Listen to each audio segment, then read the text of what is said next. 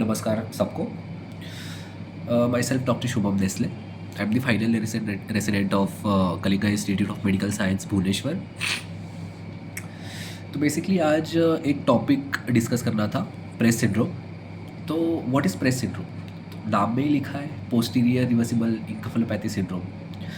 तो पोस्टीरियर माने क्या कि ब्रेन में एक एंटीरियर सर्कुलेशन होता है, एक पोस्टीरियर सर्कुलेशन होता है। तो पोस्टीरियर सर्कुलेशन, दूसरी बात रिवर्सिबल, तो नाम में ही लिखा है कि ये रिवर्सिबल है। Posterior reversible encephalopathy syndrome. Encephalopathy माने क्या कि ब्रेन का परिंकाइमा है, उसके अंदर कुछ पैथोलॉजी है, उसको अपन इंकेफेलोपैथी बोलते हैं। ठीक है, तो overall posterior reversible encephalopathy syndrome. तो अगर कुछ टॉपिक अपन डिस्कस करेंगे तो उसको कुछ हेडिंग्स में डिस्कस किया जाएगा, जैसे इंट्रोडक्शन हो गया, इटियोलॉजी हो गया कि क्या कॉज है कि उसकी वजह से पोस्टीरियर, क्या कॉज है कि उसकी वजह से कोई भी डिसीज़ हो रहा है। थर्ड कि एपिडेमोलॉजी, कि ये मेल में कॉमन है कि फीमेल में कॉमन है, ये अडल्ट्स में कॉमन है कि एल्डरली पर्सन्स में कॉमन है, ये बच्चों में कॉमन है कि बड़ों में कॉमन है। पैथोफिजियोलॉजी, कि कोई भी अगर एक डिसीज़ है वो डिसीज़ क्यों हो रही है, बॉडी में क्या हो रहा है कि वो डिसीज़ हो रही है। थर्ड कि उसको हिस्ट्री में क्या मिलेगा, उसको फिज़िकल एग्जामिनेशन में क्या मिलेगा, इवैल्यूएशन कि क्या क्या मतलब उसका इन्वेस्टिगेशंस आप भेजोगे। Normal investigations like blood investigations में सीबीसी होता है, आरएफटी होता है, एलएफटी होता है, सीआरपी, एसआर, ये सारी चीज़ें। हाई फाई इन्वेस्टिगेशंस लाइक सीटी, एमआरआई। ट्रीटमेंट, कि कोई भी अगर पर्टिकुलर डिसीज़ है तो उसका ट्रीटमेंट क्या दोगे। डिफरेंशियल डायग्नोसिस, अगर कोई पेशेंट आप सस्पेक्ट कर रहे हो कि मान लो कोई भी डिसीज़, तो उसका डिफरेंशियल डायग्नोसिस आपको पता चाहिए कि इसका डीडीज़ क्या है, डिफरेंशियल डायग्नोसिस क्या है। कोई अगर पेशेंट है, उसको कोई पर्टिकुलर डिसीज़ है, तो उसका प्रोग्नोसिस पता चाहिए कि आगे जाके ट्रीटमेंट देने के बाद पेशेंट का प्रोग्नोसिस क्या होगा, तो प्रोग्नोसिस पता चाहिए। And patient care at the time of discharge, कि पेशेंट को एक्चुअली क्या बोलना चाहिए, पेशेंट ने क्या ध्यान में रखना चाहिए, डिसीज़ के बारे में क्या करना चाहिए, क्या नहीं करना चाहिए। तो बेसिकली आज अपन डिस्कस करने वाले PRES syndrome, posterior reversible encephalopathy syndrome. तो what is posterior reversible encephalopathy syndrome? तो पोस्टीरियर रिवर्सिबल इंकेफेलोपैथी सिंड्रोम में तो बेसिकली अपन एक केस लेंगे कि वो पेशेंट हॉस्पिटल में कैसे प्रेजेंट करेगा। तो आपको एक बेसिक आइडिया आ जाएगा कि प्रेस सिंड्रोम का पेशेंट कैसे प्रेजेंट करता है। तो बेसिकली मैं कैजुअलिटी में हूँ, कोई फीमेल आई है, वो फीमेल कंप्लेंट लेके आई है कि वो अल्टर्ड सेंसोरियम में है। अल्टर्ड सेंसोरियम माने कि पेशेंट होश में नहीं है, कि कन्फ्यूजन हो रहा है, पेशेंट को ड्राउजीनेस हो रहा है, पेशेंट रिस्पॉन्ड नहीं कर रही है, पेशेंट फुल कन्फ्यूजन में है, ये सारा होता है अल्टर्ड सेंसोरियम। तो basically patient came with the complaint of Altered sensorium since 1 day. Altered sensorium what's immediate, कि सडन ऑनसेट हुआ, अचानक से स्टार्ट हुआ।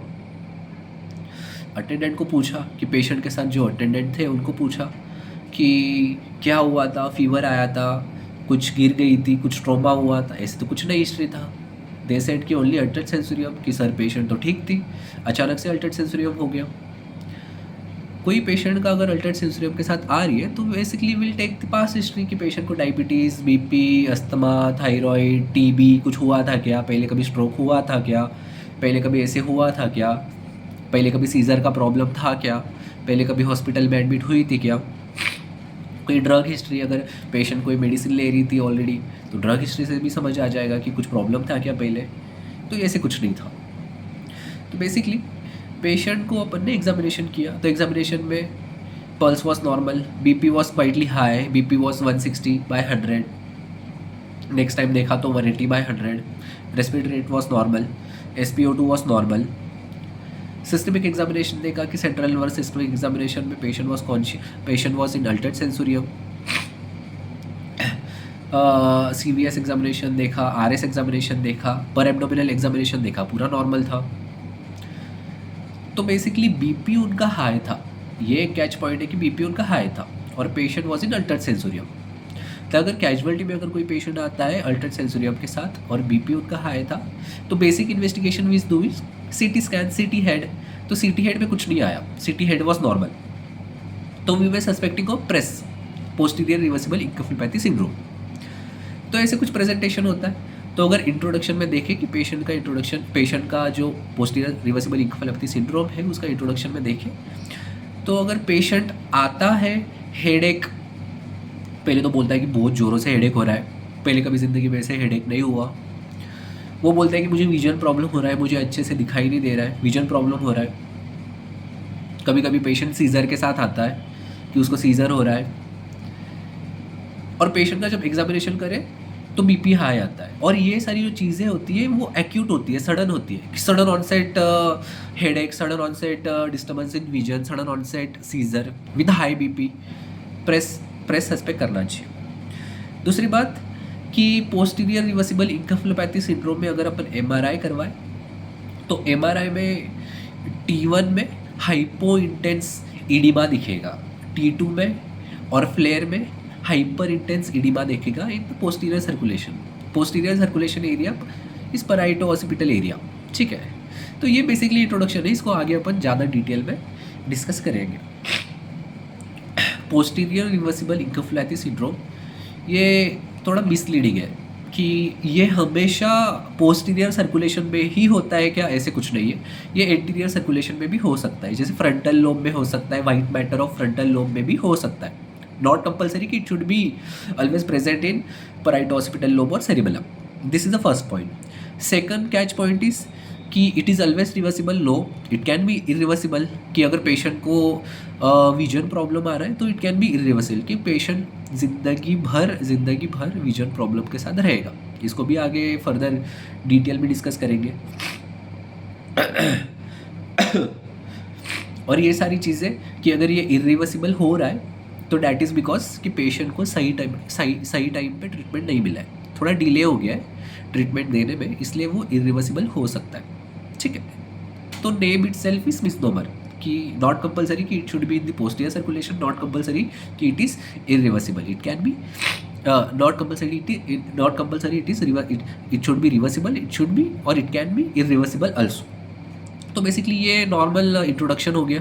अगर इटियोलॉजी देखें कि क्यों होता है, कैसे होता है, तो अगर इटियोलॉजी में देखें तो basic most common cause is hypertension, कि हाइपरटेंशन के वजह से प्रेस हो रहा है। तो हाइपरटेंशन किस में दिखेगा कि प्रेगनेंसी में अगर प्री इक्लेम्सिया है, प्रेगनेंसी इंड्यूस हाइपरटेंशन उसमें दिखेगा। अगर पेशेंट को CKD है मेडिसिन पॉइंट ऑफ व्यू, अगर पेशेंट को क्रोनिक किडनी डिसीज़ है, क्रोनिक किडनी डिसीज़ के वजह से हाइपरटेंशन हो रहा है तो उसमें दिखेगा। थर्ड कि पेशेंट को अगर ऑटो इम्यून डिसीज़ है लाइक सिस्टेमिक लुपास एरिथ्रोमाटोसिस और मल्टीपल कनेक्टिव टिश्यू डिसऑर्डर, तो उसके अंदर भी हाइपरटेंशन होगा। वैस्कुलाइटिस के अंदर भी हाइपरटेंशन हो, उसके अंदर भी प्रेस हो सकता है। बट ये नहीं बता सकते कि कौन से हाइपरटेंसिव पेशेंट में प्रेस होगा।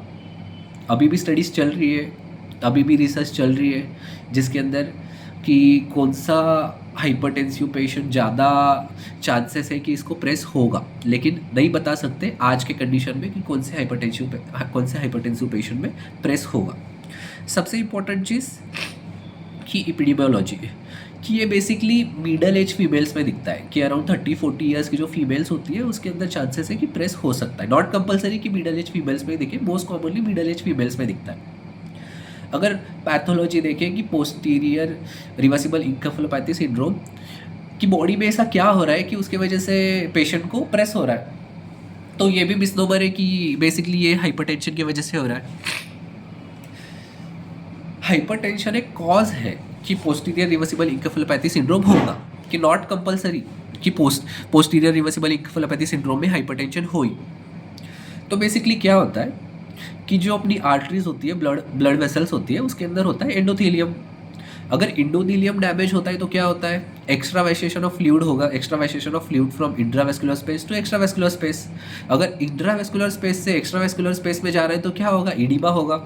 इडिमा कहाँ हो रहा है, ब्रेन में हो रहा है, ब्रेन पेरेन्काइमा में हो रहा है, वाइट मैटर में हो रहा है, and that is the reason that edema is causing PRES basic. तो यहाँ पे हाइपरटेंशन की वजह से एंडोथेलियम डैमेज हो रहा है और उसके वजह से वो इडिमा हो रहा है, उसके वजह से प्रेस हो रहा है। तो नॉट कंपल्सरी कि hypertension should be the cause for endothelial damage. There are some other causes which can cause endothelial damage like vasculitis, vasculitis की वजह से भी एंडोथेलियम डैमेज हो सकता है, लाइक सिस्टेमिक लूपास एरिथ्रोमाटोसिस और autoimmune diseases which can cause endothelial damage. Drugs, जो immunosuppressive drugs होते हैं, लॉन्ग टर्म ड्रग्स होते हैं, उसकी वजह से भी एंडोथेलियम डैमेज हो सकता है, तो उसकी वजह से भी प्रेस हो सकता है। थर्ड, तो मेन पॉइंट इज कि अगर कोई कैजुअलिटी में पेशेंट आ रहा है, वो अल्टर्ड सेंसोरियम में है, if you are suspecting PRES, not compulsory कि BP should be high. BP normal होते हुए भी प्रेस सस्पेक्ट किया जा सकता है इफ पास्ट हिस्ट्री और ड्रग हिस्ट्री में ये सारी चीज़ें आ रही है, जैसे वैस्कुलाइटिस हो गया, एसएलई हो गया, मल्टीपल कनेक्टिव टिश्यू डिसऑर्डर हो गया, यानी drug history which can cause endothelial damage and which can cause extravasation of fluid from intravascular space to extravascular space which can cause oedema and oedema itself can cause PRES. तो ये pathophysiology हो गया कि endothelial damage की वजह से press हो सकता है। दूसरी बात कि अगर पेशेंट कैजुअलिटी में आ रहा है तो क्या क्या हिस्ट्री लेना चाहिए। क्या ऑलरेडी आई टोल्ड यू कि हेडेक का कंप्लेंट देगा, विजुअल इम्पेयरमेंट का कंप्लेंट देगा, पेशेंट बोलेगा कि पेशेंट का अटेंडेंट बोलेगा कि पेशेंट को सीजर हो रहा है, सडन ऑनसेट अल्टर सेंसोरियम हो रहा है, ये सारा प्रेजेंटेशन के साथ पेशेंट आएगा। सेकंड बात कि उसका अगर आप फिजिकल एग्जामिनेशन करोगे तो फिजिकल एग्जामिनेशन में क्या होगा कि बेसिकली पेशेंट को ब्लाइंडनेस होगा, कि पेशेंट को अच्छे से दिख नहीं रहा है। सेकंड कि पेशेंट को मे बी टंग बाइट हो सकता है, tongue bite is a feature of seizure, कि सीजर होने के बाद टंग बाइट होता है। थर्ड कि बॉल ब्लैडर का कंप्लेंट होगा कि अपने आप मिचुरेशन हो रहा है, इनकॉन्टिनेंस, बॉवल ब्लैडर इनकॉन्टिनेंस हो रहा है, पेशेंट के कंट्रोल भी नहीं हो रहा है। बॉवल ब्लैडर इनकॉन्टिनेंस कब होगा, जब फ्रंटल लोब इन्वॉल्व होगा, ब्रेन का फ्रंटल लोब इन्वॉल्व होगा। थर्ड कि इनवॉलेंटरी मूवमेंट तो नहीं है बॉडी के ऊपर, आपके सामने पेशेंट सीजर में तो नहीं आ रहा है।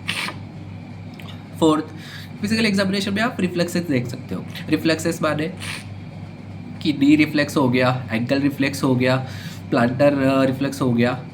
अगर ब्रेन में अगर कुछ पैथोलॉजी है तो ये सारे जो रिफ्लेक्सेस हैं ये एग्जैजरेट हो जाते हैं। तो basically all this exaggeration of reflexes is the feature of human lesion.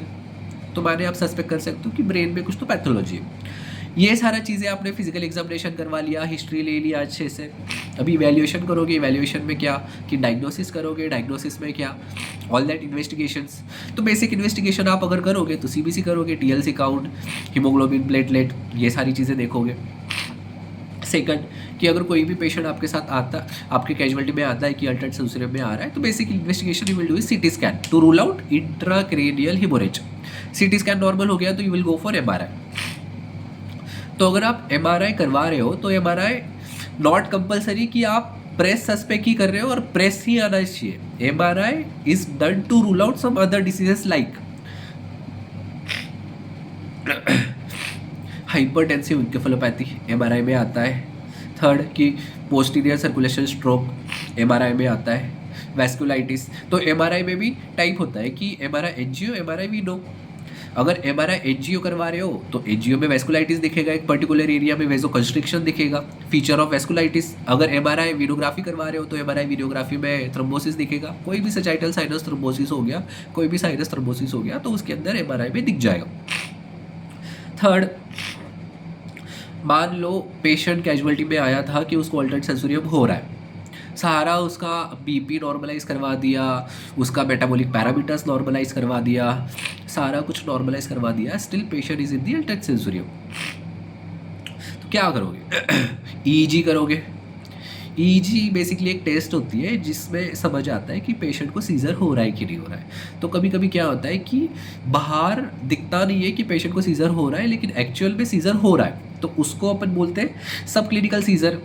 तो ये रूल आउट करना है कि पेशेंट का सारा पैरामीटर्स नॉर्मलाइज करने के बाद भी अगर पेशेंट को अल्टर्ड सेंसोरियम हो रहा है, पेशेंट अच्छे से रिस्पॉन्ड नहीं कर रहा है, तो you can go for EEG to rule out subclinical seizure. ये एक हो गया। अगर कोई पेशेंट आपके पास आ रहा है वो इम्यूनो कॉम्प्रोमाइज है, जैसे डायबिटीज़ है, उसको टीबी है, उसको एचआईवी का हिस्ट्री है, तो आप एलपी करोगे, लंबार पंचर करोगे to rule out some other infections like fungal, bacterial, viral. Blood investigation करोगे to rule out herpes simplex virus 1, herpes simplex virus 2, encephalitis. RFT कराओगे, आरएफटी में क्या दिखेगा कि अगर हाइपोनेट्रीमिया है, उसका सोडियम अगर कम है, तो सोडियम अगर कम है तो hyponatraemic encephalopathy the most common cause in elderlies. For alter sensorium. Electrolyte imbalance अगर हो रहा है तो वो देखना है। उसका एचजीटी करवा लो, शुगर करवा लो कि ग्लूकोज कितना, हाइपोग्लाइसीमिया तो नहीं हो रहा है पेशेंट को, हाइपोग्लाइसेमिक इंकेफेलोपैथी। उसका अल्ब्यूमिन देख लो कि अल्ब्यूमिन में हाइपोअल्बुमिया तो नहीं है, हाइपोअल्बुमिया की वजह से ईडिमा होता है, ईडिमा की वजह से प्रेस हो सकता है। तो ये सारी चीज़ें आपको रूल आउट करनी है। तो ये हो गया डायग्नोसिस पार्ट। अगर ट्रीटमेंट पार्ट देखें तो most common cause of press is hypertension. तो बेसिकली आपको बीपी मैनेज करना है, हाइपरटेंशन मैनेज करना है, लेकिन बीपी मैनेज करते टाइम एक चीज़ याद रखनी है कि सडनली उसका बीपी कम नहीं करना है। अगर बीपी को आपको कम करना है तो स्टेप बाय स्टेप कम करना है। मान लो अगर आपके पास कोई पेशेंट आया, उसका बीपी था 180/100 और आपने सडनली उसका बीपी बहुत ज़्यादा कम कर दिया तो क्या होगा? अगर हाई बीपी के वजह से अगर उसको स्ट्रोक हो रहा था, स्ट्रोक माने ischaemic changes in the brain, और सडनली उसका बीपी आपने ड्रॉप कर दिया, तो कहीं ना कहीं जो ब्रेन का ऑटो रेगुलेशन होता है to maintain the blood supply of brain, वो डिसरेगुलेट हो जाएगा। डिसरेगुलेट होने के बाद क्या होगा कि जो पार्ट में इस्चीमिया हो रहा है वो पार्ट में धीरे धीरे जो हाइपो परफ्यूजन हो रहा है वो ज़्यादा होगा। अगर ब्लड अच्छे से नहीं जा रहा है तो हाइपो परफ्यूजन बोलेंगे। अगर स्पेसिफिक पार्ट में अगर ब्लड ही नहीं जा रहा तो हाइपो परफ्यूजन बोलेंगे। अगर हाइपो परफ्यूजन हो रहा है तो क्या होगा? जो स्ट्रोक है, जो इस्चीमिया है वो ज़्यादा होगा। ज़्यादा होगा है तो आपने ये प्रॉब्लम बढ़ा दी है। तो बेसिकली अगर उसका बीपी कम करना है तो बीपी कैसे कम करोगे? 10 to 20 millimetre of mercury in 10 to 20 minutes. 10-20 minute में 10-20 मिलीमीटर ऑफ मर्क्यूरी बीपी कम करना है, ड्रास्टिकली कम करना नहीं है। तो this is a thing, treatment easy है। अगर अदर कॉजेज है, जैसे कोई ड्रग हिस्ट्री है तो वो ड्रग बंद करवाओ। अगर सिस्टमिक लूपस एरिथ्रोमाटोसिस है तो एसएलई का ट्रीटमेंट दो। अगर वैस्कुलाइटिस है तो वैस्कुलाइटिस का ट्रीटमेंट दो। तो अदर सपोर्टिव थेरेपी तो आपको पता है। मेन थिंग इसकी बीपी कैसे कम करता है वो बोल दिया है। अगर कोई पेशेंट प्रेस आप सस्पेक्ट कर रहे हो तो डिफरेंशियल डायग्नोसिस भी आपको पता चाहिए। क्या डिफरेंशियल डायग्नोसिस हो सकता है? कि ब्रेन में अगर कोई हिमोरेज हो रहा है, वो ऑलरेडी बोल दिया कि सीटी में फाइंड आउट हो जाएगा कि हिमोरेज हो रहा है कि नहीं हो रहा। स्ट्रोक हो रहा है पेशेंट को, वो भी सीटी और एमआरआई में पता चल जाएगा। वैस्कुलाइटिस हो रहा है, मेटाबॉलिक इंकेफेलोपैथी हो रहा है, सीजर हो रहा है। All this are the differential diagnosis of PRES. अगर प्रोग्नोसिस देखें तो जैसे नाम में ही बोला है कि रिवर्सिबल है, पोस्टीरियर रिवर्सिबल इंकेफेलोपैथी सिंड्रोम, तो बेसिकली ओवरऑल ये रिवर्सिबल होता है। कुछ केसेस में ये इरिवर्सिबल हो जाता है जब टाइम पे ट्रीटमेंट नहीं मिला, लेकिन ओवरऑल ये रिवर्सिबल होता है।